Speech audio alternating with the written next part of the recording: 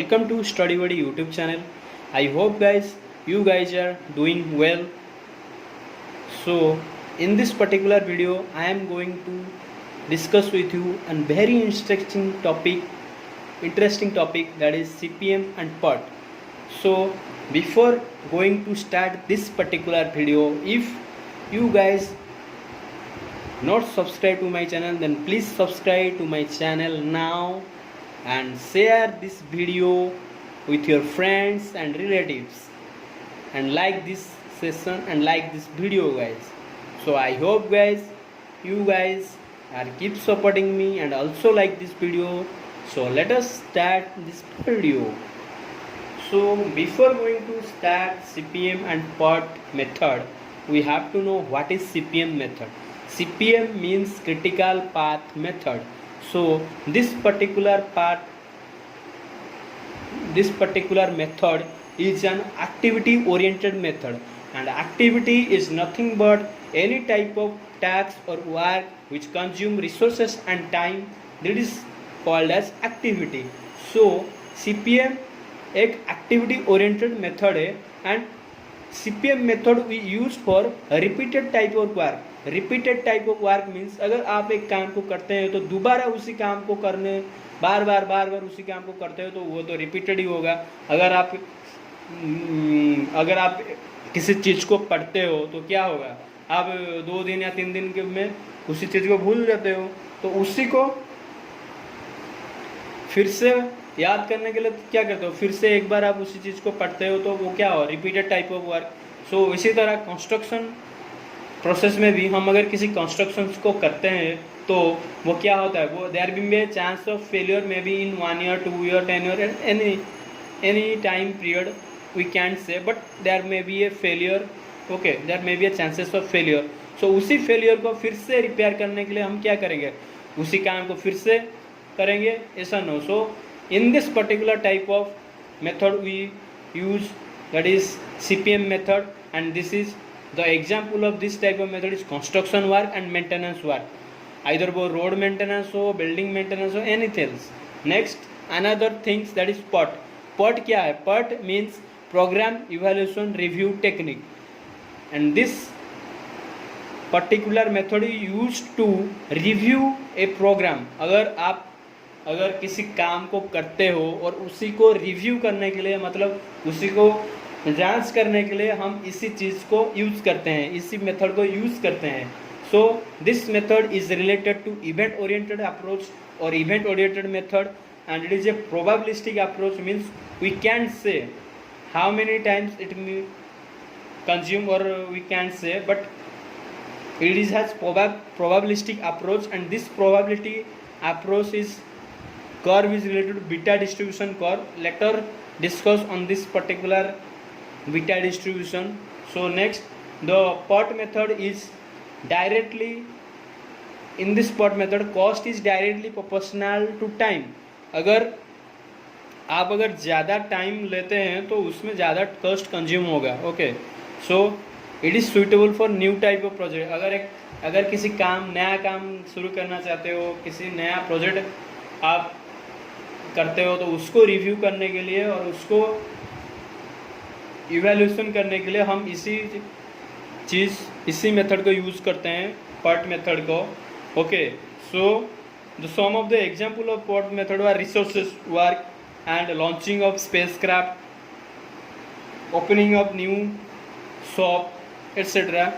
So let us discuss some terminology which we are used in this particular CPM method.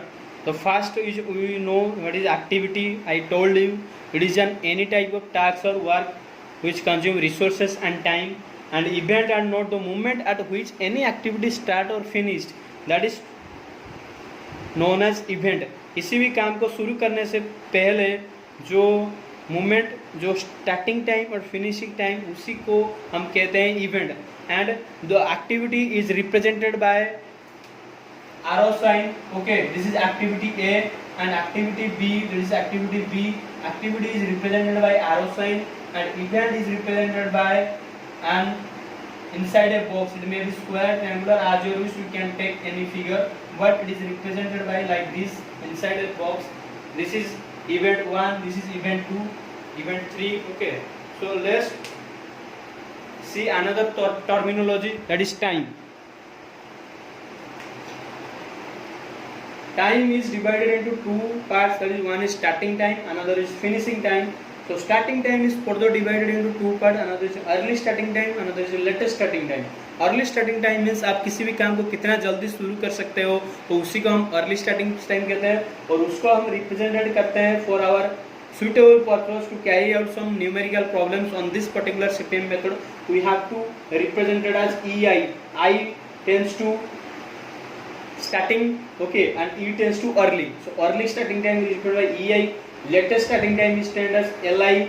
Latest starting time is termed as LI. Finish time is further divided into two parts, early finish time and latest finish time. So finish we represented by symbol J. Okay, early we finish by E and late we finish by L. So early finish time is EJ and late finish time is represented by LJ. So early finish time we have to calculate early finish time by early starting time plus duration of this activity. अगर किसी भी काम को कितना जल्दी आप अगर ख़त्म करना चाहते हो, अगर एक पढ़ाई करते हो किसी कॉम्पिटिटिव एग्जाम के लिए, अगर उसको जल्दी से जल्दी, अगर आपको 20 डेज है लेकिन आप उसी को 10 डेज में आप ख़त्म करना चाहते हो, तो उसी को कैलकुलेट करने के लिए अर्ली फिनिश टाइम कितना ज़्यादा जल्दी में कैलकुलेट मैंने फिनिश कर सकता हूँ, उसको करने के लिए हम ये EFT equal to EST plus DUI, मतलब early starting time plus duration, that is time early finish time, and latest starting time equal to latest finish time minus duration of the activity. So let us take an example to explain more better and to understand more better. Let us take an example.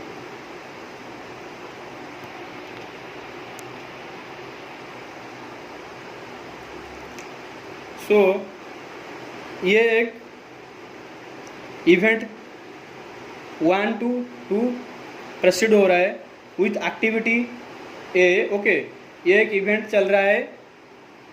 सो उसी को कौन activity ए carried out कर रहा है, तो ए उसी event को 10 दिन में ख़त्म करता है. 1 to 2 इवेंट को ए 10 दिन में ख़त्म करता है. तो जो ड्यूरेशन ऑफ द एक्टिविटी, तो चलिए उसी चीज़ को समझने के लिए हम एक एग्जांपल लेते हैं. तो ये एक इवेंट चल रहा है, इवेंट 1 से 2 1 से 2 कैरिड हो रहा है एक इवेंट, और उसको कैरिड कर रहा है activity A, and the duration of activity is 10 days. Okay, so here DIJ equal to 10 days duration of the activity. So early starting time, कितना जल्दी आप एक काम को शुरू कर सकते हो. सो अर्ली स्टार्टिंग टाइम इज 0. सो अगर अर्ली स्टार्टिंग टाइम अगर 0 डेज है, तो उसको खत्म करने के लिए मीन्स अर्ली फिनिशिंग टाइम क्या होगा, early starting plus duration of the activity. Early starting time is 0 plus duration of the activity is 10. So early finishing time should be 10 days. Okay, early finishing time should be 10 days. So एक काम को हम latest take एक काम को 15 दिन में हम खत्म करना चाहते हैं, तो latest finish time is 15 days. Then what should be the latest starting time. So latest starting time is nothing but latest finish time minus duration of the activity. Okay, so यहाँ पर latest finish time है 15 दिन और duration है 10 दिन. तो 5 दिन के ज़्यादा से ज़्यादा 5 दिन के बाद हम इसी काम को स्टार्टिंग कर सकते हैं, अगर हम इसी काम को 15 दिन के अगर ख़त्म करना चाहते हैं तो. Okay, so I hope guys you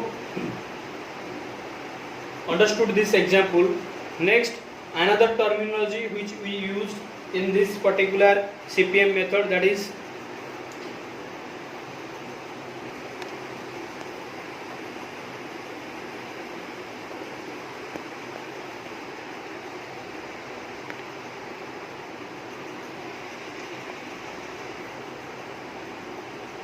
is float. Okay, so float is nothing but the relax or delay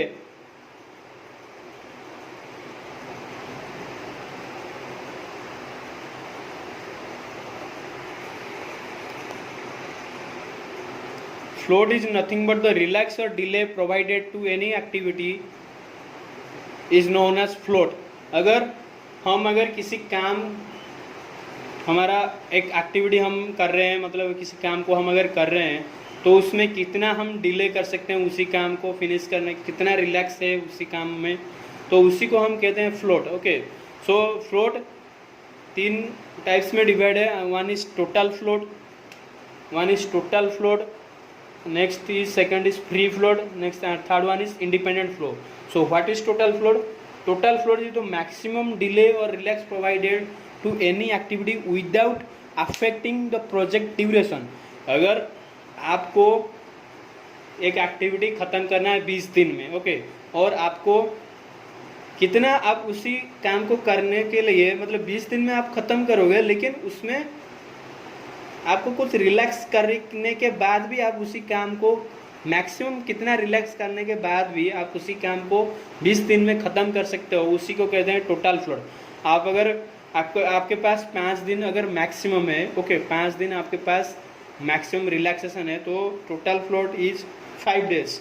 सो आप 5 दिन ही रिलैक्स कर सकते हो, उससे ज़्यादा करोगे तो प्रोजेक्ट ड्यूरेशन बढ़ जाएगा। ओके, आपका 20 दिन में काम कंप्लीट करना था, वो 21 दिन हो जाएगा, 30 दिन हो गया, वो आपके ऊपर डिपेंड करता है आप कितना रिलैक्सेशन लेते हो। Next free float is nothing but relax और delay provided to any activity without affecting the early starting time of successor. तो मतलब